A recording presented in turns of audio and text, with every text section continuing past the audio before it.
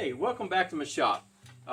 Today we're going to do a very interesting project, and it is a cross as part of the Natural Edge series that I'm doing. And actually I picked this up from a fellow wood turner, and his name is Dean Grimes, and he did it for a demo for the Worldwide Wood Turning Club and did an awesome job. I thought it was a very good addition to this Natural Edge series that I'm doing. I've got a piece of wood here that it's a piece of hickory, and it's just a limb that fell in my yard, and we're going to turn that from this. And the tools that I'll be using is number one, it will be the parting tool, as we always use.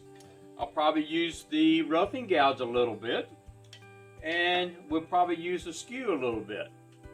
Plus, we'll probably use this bow gouge and any other tool I decide to pick up along the way. Thanks for joining me, and I'll see you at the lathe. All right, we're back here at the lathe, and what I'm going to do first, I've got this piece chucked between centers. I got a 4-bladed spur in my live center. So we're going to go on and cut a tenon on this end so we can turn this thing around and insert it into my chuck. So I want to stand aside. Everything misses the tool rest. I turn my speed all the way down just for safety reasons, because I want to bring this up to where I want it.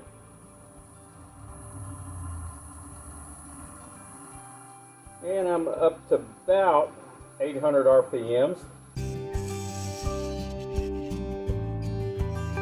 I'm going to take my skew, and I'm just going to put a slight dovetail on there. Not much. I'm going to go on and kind of flatten this in right here. That's going to be the bottom of this cross. Okay, I have reverse chucked this into my Nova chuck, and I'm going to slide my tailstock up there just to give me some support right now. And whenever I'm turning, if I can use my tailstock, I use it. Just a safety feature. Now, what I want to do, I want to lay this cross out, and I'm just going to get it round up here, except for on the base, I'm going to leave the bark. Now, I'm going to take this is the carbide tip, square nose. I decided I'd use this just because I can move a lot of material real fast with it. Let's say this is going to be 3/4 of an inch down. So that means I want 3/4 of an inch out. So I'm going to come to about right there and make a mark.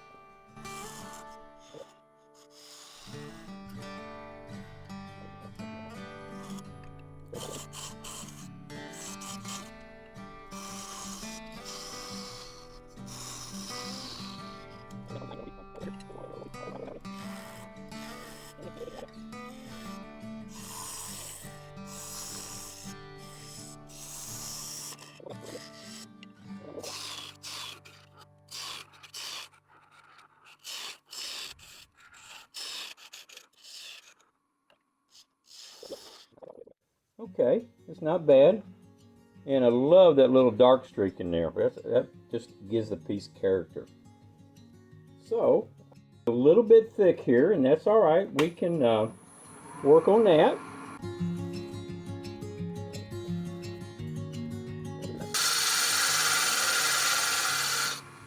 And I'm going to stop right there and explain something. You know, when you're doing this, and this is cutting across the end grain right here, and if you would take this tool and picture that bevel sliding right across that. Now, when you start out, you want that tip and that bevel lined up straight into that cross.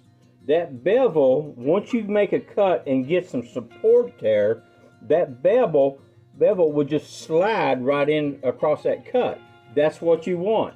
If you're out at this, it's going to take that toe in, and you're going to get in trouble. If you're like this, it's going to ride on the bevel if you're over too far, and the toe won't even be cutting. same way with this side. I want to get that bevel lined up, right like that, so that I can actually slice that fibers off, because this is end grain that we're cutting on. And this leaves that end grain really, really nice. Yeah, I got some fuzz up here, but we'll take that off here in a little bit. What you want to focus on is from this is the toe right here, and this is the heel. And what you want to focus on is the 1/3 mark right there. That 1/3 mark is what needs to be touching the lathe, the piece of wood down in there that you're cutting. Okay? So, let's go.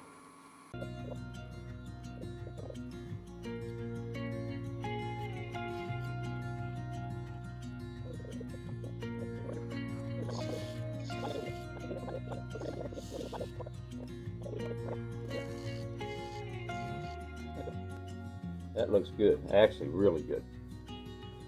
So, first thing I want to do is I want to get me some 150 sandpaper.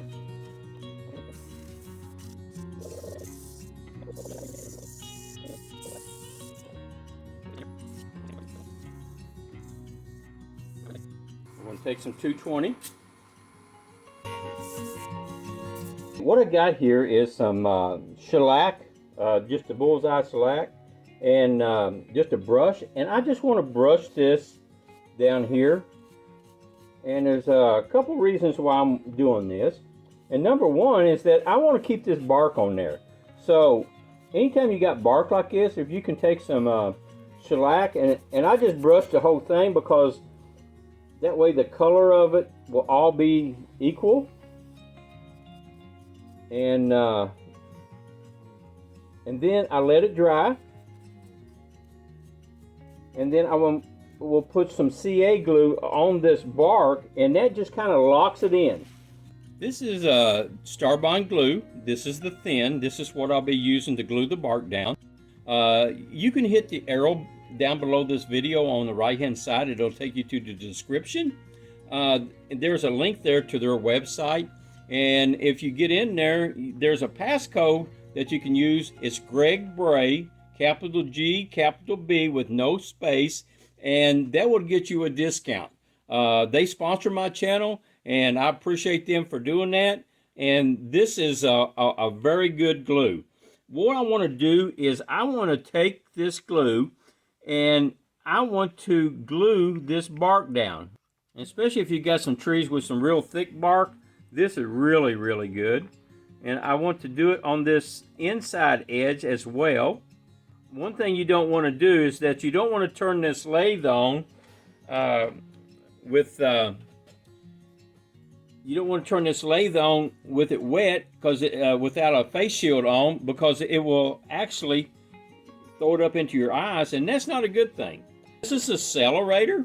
A lot of times I would just spray this with the accelerator just to kind of lock it in, so that there won't be any flipped up into my eyes. Starbond has brown, medium. They had the thickness of medium, thick, and the thin, brown, black. And this is really good for filling in some dark areas and stuff.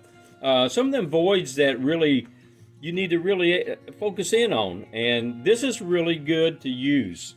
Next thing I want to do is that I want to take and put my face shield back on. And I kind of want to sand this down.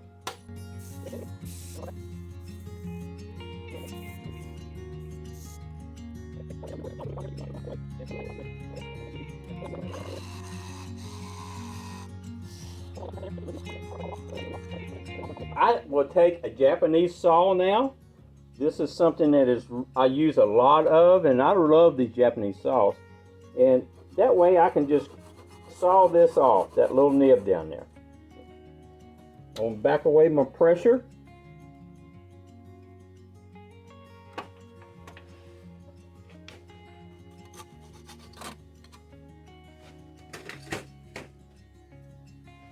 And you see that little nib on there? That is, I'll just sand that off. I will sand this top off, and I will see you at the bandsaw. What I'm going to do is that I'm going to take and slice this off. I use a clamp. This is what Dean used in his video, and which was a great idea, and bracing this thing so I can hold it. And I'm going to slice it off right here on that side of the post and that side of the post. Now, it's very important that you turn this thing around and decide which way that you want the front to be. And I've decided that I kind of want that dark spot up in the front, maybe, and if not, we can turn it to the back. So that's going to be in my post as far as front or back. We want to go right down the edge of that post. So here we go. Get some pliers, and I'm just going to sight this.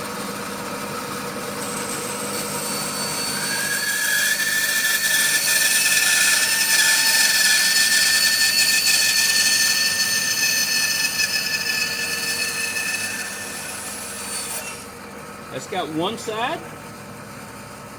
I'm going to come in here and I'll follow that back edge.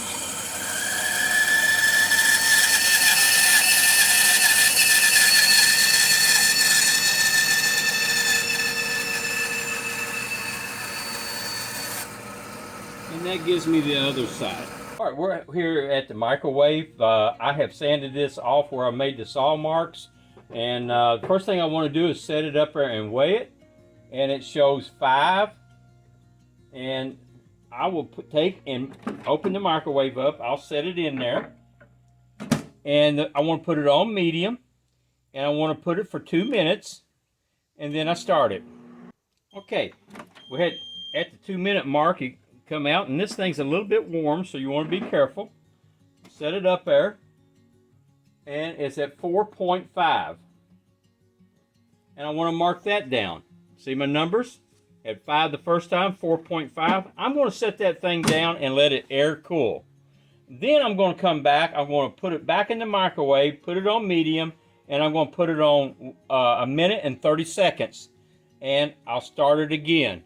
And let it run, take it out, and let it air cool. Each time I do that, I will be marking the weight down. And once that weight hits like 2 in a row at the same weight, that piece is pretty much done. On these smaller pieces where you got something narrow like that, you might even drop down, instead of 1 minute and 30 seconds, drop it down to 1 minute. Sometimes you have that piece, if you get it too hot, it will start to turn black where it's almost ready to catch on fire. So you don't want to do that. So you might drop it down to 1 minute, and that would be sufficient. And you keep going till you don't have any weight gone. And it usually takes 4 to 5 times on a limb that size to get it dry. And it's pretty simple. Then I'll go in and I'll sand the bottom, I will sign it, and I'll spray it with lacquer. That's how you do that. Thanks for joining me, and I'll see you on the next video.